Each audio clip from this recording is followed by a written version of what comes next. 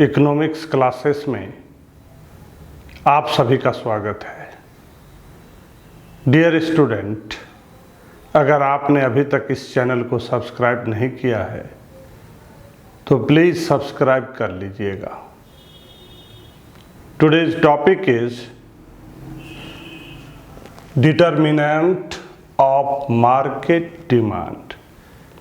Determinant of market demand, जितने भी factor individual demand को अफेक्ट करता है, जितने भी फैक्टर इंडिविजुअल डिमांड को अफेक्ट करता है, वो सारे फैक्टर मार्केट डिमांड को भी अफेक्ट करता है। बट कुछ ऐसे फैक्टर हैं जो स्पेशली मार्केट डिमांड को ही अफेक्ट करता है, नॉट इंडिविजुअल डिमांड। जितने भी फैक्टर इंडिविजुअल डिमांड को अफेक्ट करता है, वे सारे फैक्टर मार्केट डिमांड को भी अफेक्ट करता है। बट कुछ ऐसे फैक्टर हैं जो सिर्फ और सिर्फ मार्केट डिमांड को अफेक्ट करता है। ये जो अलग से तीन फैक्टर हैं, ये सिर्फ मार्केट डिमांड को अफेक्ट करता है, न कि इंडिविजुअल डिमांड को अफेक्ट करता है। तो आप इसको ऐसे कह सकते हैं, all factor of individual demand can affected the market demand, but all factor of market demand cannot affect the individual demand. Now in detail, there are certain special feature of market demand। Market demand का कुछ special features है which are not observed in case of individual demand, जिसको आप individual demand में नहीं देख सकते हो और ना ही उसमें मिलेगा।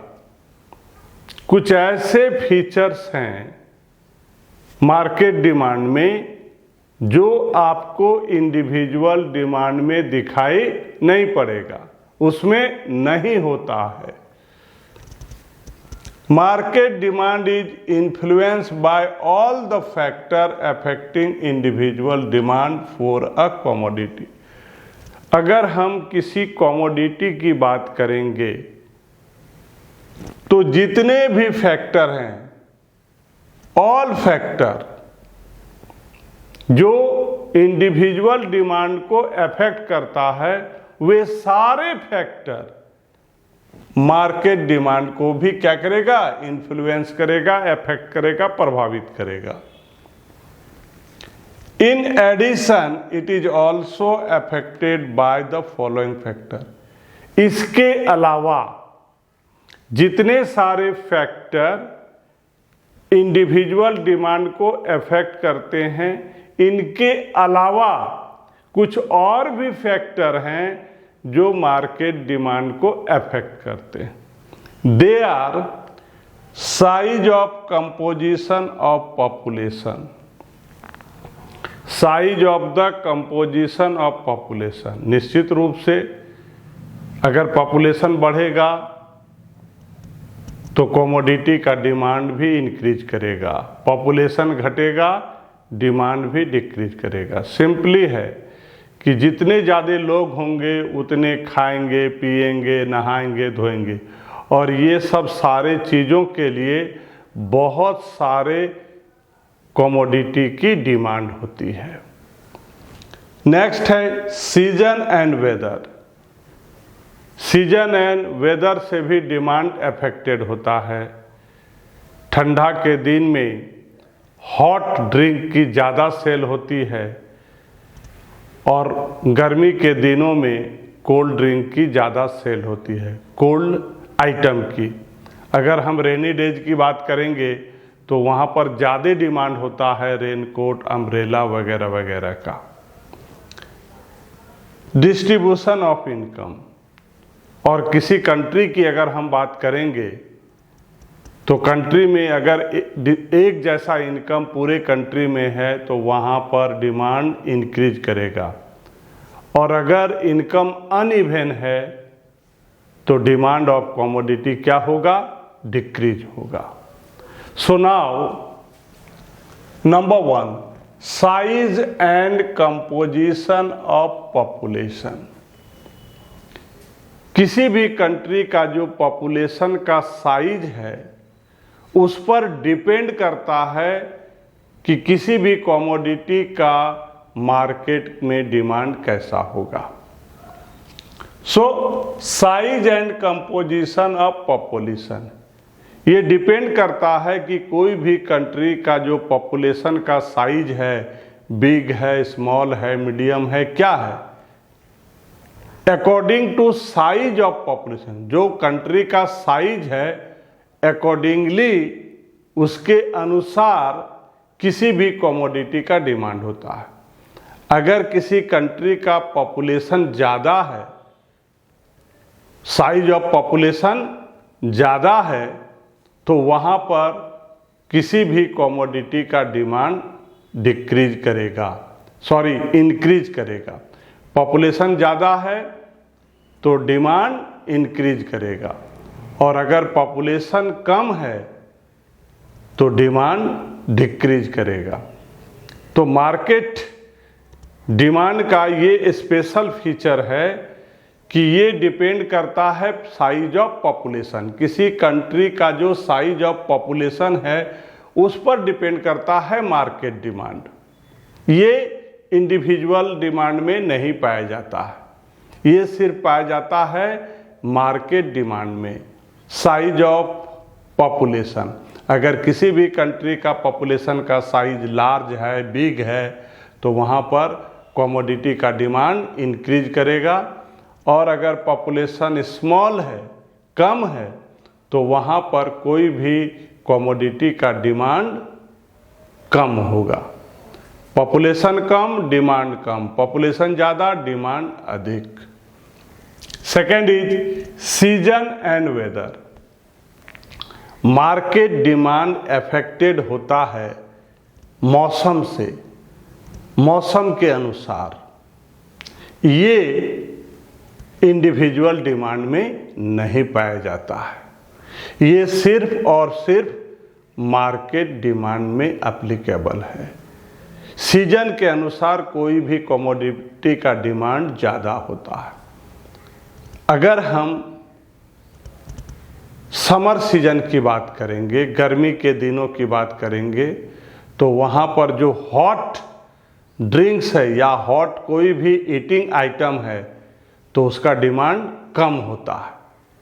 बट उसी सीजन में, उसी समर सीजन में जो कोल्ड आइटम है, आइसक्रीम है, कोल्ड ड्रिंक है, उसका डिमांड ज़्यादा होता है। तो आप देख रहे हैं कि किसी भी कंट्री में अगर हम सीजन के अनुसार बात करेंगे तो उसी सीजन में कुछ आइटम का डिमांड बहुत ज़्यादा होता है और कुछ आइटम का डिमांड नहीं के बराबर होता है। तो ये डिपेंड करता है सीजन पर, और ये फैक्टर पाया जाता है मार्केट डिमांड में। अगर हम रेनी डेज की बात करेंगे तो उन दिनों जो रेन कोट, अम्ब्रेला है, उसका डिमांड ज़्यादा होता है कंपेयर अदर सीजन में। अगर दूसरे सीजन की बात करेंगे तो वहाँ पर अम्ब्रेला, रेनकोट, इसका डिमांड क्या होता है? कम होता है। तो ये डिपेंड करता है सीजन पर कि कौन सा सीजन है, जिस प्रोडक्ट की नीड है उस सीजन में उस समय उसका डिमांड ज़्यादा होता है और दूसरे आइटम का डिमांड कम होता है। Third is distribution of income. अगर हम किसी कंट्री की बात करेंगे और वहाँ के लोगों के इनकम के बारे में बात करेंगे। अगर लोगों का इनकम एक जैसा हो तो मार्केट में कमोडिटी का डिमांड ज़्यादा होगा, इंक्रीज करेगा। और अगर उसी कंट्री में लोगों का जो इनकम है वो अनइवन है, एक जैसा नहीं है, तो ऐसे सिचुएशन में वहाँ पर कमोडिटी का जो डिमांड होगा वो कम होगा। If income in the country is equally distributed, then market demand for commodity will be more. अगर लोगों में जो इनकम है वो एक जैसा है, डिमांड इंक्रीज करेगा। Also if income distribution is uneven, अगर एक जैसा नहीं है, then market demand will remain at lower level, तब उसका मार्केट डिमांड क्या हो जाएगा, उस कमोडिटी का लॉ हो जाएगा। लॉ ऑफ डिमांड, डिमांड के नियम। The inverse relationship between the price and quantity demanded keeping other factor constant is called law of demand. Here is price and this is quantity demanded, number one, number two। ये जो दो चीज है, एक हुआ price और दूसरा हुआ क्वांटिटी डिमांडेड, ये दोनों के बीच में जो संबंध है वो इन्वर्स है। ये दोनों के बीच में जो संबंध है वो क्या है, इन्वर्स है, नेगेटिव है। एक पूरब है तो दूसरा पश्चिम है। आप यहां पर देख रहे हैं, एक है प्राइस और दूसरा है क्वांटिटी डिमांडेड। ये दोनों के बीच में जो संबंध है, रिलेशनशिप है, वो कैसा है, इनवर्स है, उल्टा है, नेगेटिव है। Keeping other factor constant, factor जो डिमांड को अफेक्ट करता है, फैक्टर जो डिमांड को अफेक्ट करता है, तो वैसे फैक्टर को आपको क्या रखना है, कांस्टेंट रखना है। दैट मीन्स जिससे डिमांड चेंज हो जाए उसको क्या रखना है, कांस्टेंट रखना है, स्थिर रखना है, उसमें चेंज नहीं होगा, इंक्रीज डिक्रीज ये सब कुछ नहीं होगा, बिल्कुल कांस्टेंट, ना तो इंक्रीज होगा ना तो डिक्रीज होगा। This is called law of demand. There is inverse relationship between price and quantity of commodity, quantity demanded of commodity, keeping other factor remains constant. So this is called law of demand.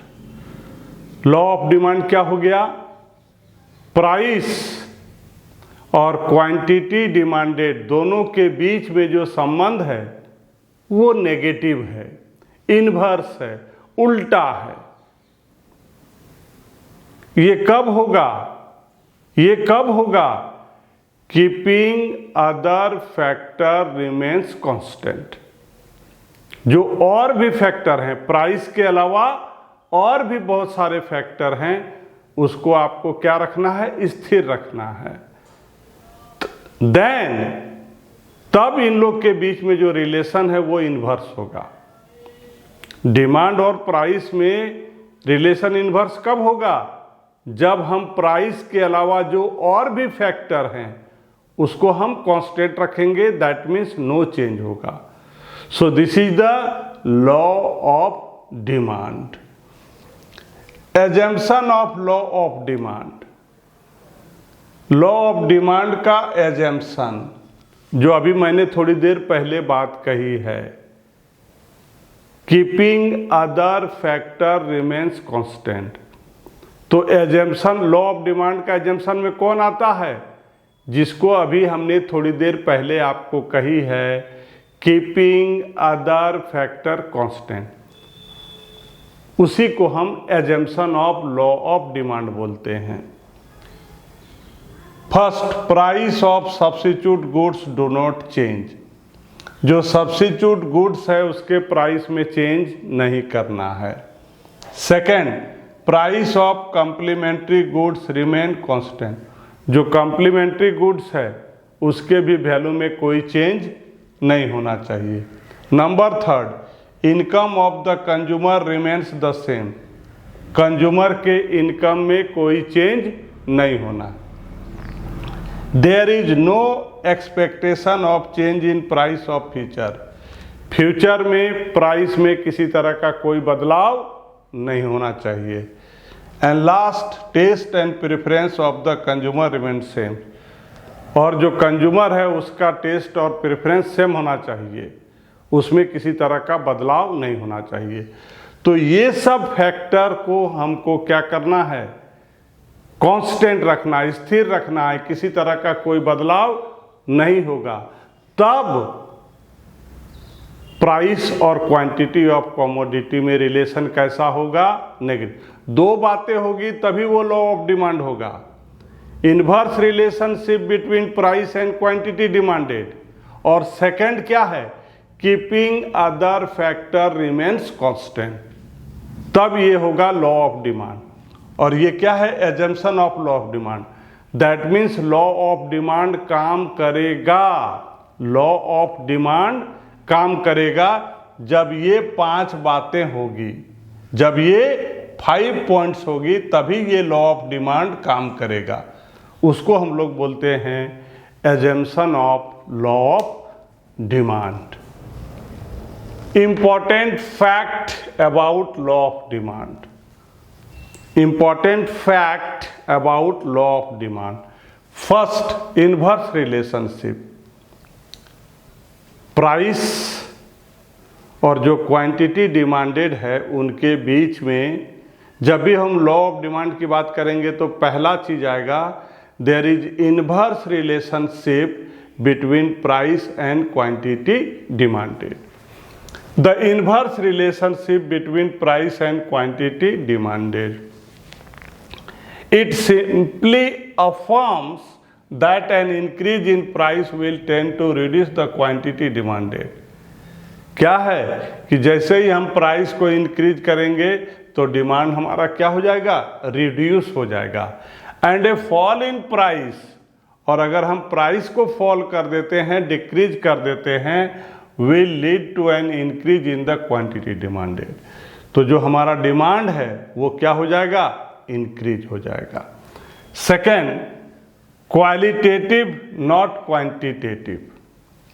ये जो law of demand है ये क्या है, qualitative है, not quantitative है। It indicate that direction of change in the amount demanded and does not indicate the magnitude of change. यहाँ पर जो चेंज की बात है, यहाँ पर जो डिमांड में चेंज होता है due to change in the price, क्या होता है, ये जो हमारा लॉ ऑफ डिमांड है वो इंडिकेट करता है direction of change in the amount demanded. जो हमारा डिमांड है वो किस तरह से चेंज होता है ये लॉ ऑफ डिमांड हमको बताता है। इसीलिए इसको हम लोग बोलते हैं क्वालिटेटिव, ना कि इसको हम बोलते हैं quantitative. Number third, no proportional relationship. Price and quantity demanded में कोई प्रोपोर्शनल रिलेशनशिप नहीं होता है। मीन्स अगर प्राइस में हम 100% इंक्रीज करेंगे तो कोई ज़रूरी नहीं है कि डिमांड में 100% चेंज होगा। 100% फॉल 80% भी हो सकता है, 60 भी होता है, 40 भी हो सकता है। Anything will be change. अगर हम प्राइस में चेंज करेंगे देन नेचुरली डिमांड में भी चेंज होगा। बट हम यहाँ पर ये कहना चाहते हैं कि प्रोपोर्शनल चेंज नहीं होगा।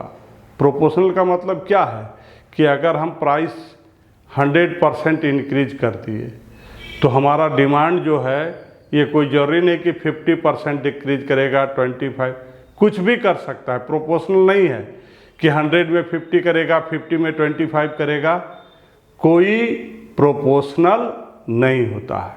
जब हम प्राइस में चेंज करते हैं उसके अकॉर्डिंगली जो हमारा क्वांटिटी डिमांड है उसमें प्रोपोर्शनल चेंज नहीं होता। प्रोपोर्शनल का मतलब साफ है कि अगर हम 100% प्राइस को इंक्रीज कराते हैं तो उसमें जो फॉल होगा, क्वांटिटी डिमांड में जो डिक्रीज करेगा, ये कोई ज़रूरी नहीं है कि एक सर्टेन % करेगा कि अगर हम 100 करेंगे तो 50 करेगा, 50 करेंगे तो 25 करेगा, या और भी किसी रेशियो में। ये नहीं, रैंडमली होता है, किसी भी तरह का हो सकता है। 100 करेंगे तो मान लीजिए 10% कम होगा, 50 करेंगे तो 30% करेगा। कहने का मतलब है कि जिस रेस्पेक्ट में इंक्रीज करेगा उसके रेशियो में क्वांटिटी डिमांड फॉल नहीं करेगा। सो हम कह सकते हैं नो प्रोपोर्शनल रिलेशनशिप। प्राइस और क्वांटिटी डिमांड में कोई प्रोपोर्शनल रिलेशनशिप नहीं होता है। It doesn't establish any proportional relationship between change in price and the resultant change in demand. If the price rises by 10%, quality demanded may fall by any proportional. अगर हम price को 10% increase करेंगे तो जो हमारा क्वांटिटी डिमांड फॉल करेगा वो किसी भी परसेंटेज में हो सकता है। Next is one-sided. Law of demand is one-sided as it only explains the effect of change in price on the quantity demanded. Law of demand का क्या है कि प्राइस में चेंज होने से क्वांटिटी डिमांड में चेंज होता है। ये वन साइडेड है। It states nothing about the effect of change in quality demanded on the price of the commodity. ऐसा नहीं है कि उसके क्वालिटी में चेंज होगा। इसलिए हम कहते हैं कि लॉ ऑफ डिमांड क्या है, वन साइडेड है। वन साइडेड का मतलब सिर्फ उसके क्वांटिटी में क्वांटिटी डिमांड में चेंज होगा, न कि क्वालिटी में। जब भी हम प्राइस को इंक्रीज या डिक्रीज करेंगे then there is change in quantity demanded, not quality. उसके क्वालिटी में किसी तरह का कोई चेंज नहीं होगा। डियर स्टूडेंट, अगर आपको मेरी वीडियो अच्छी लगती है तो वीडियो को ज़रूर लाइक कीजिए, शेयर कीजिए। Thank you.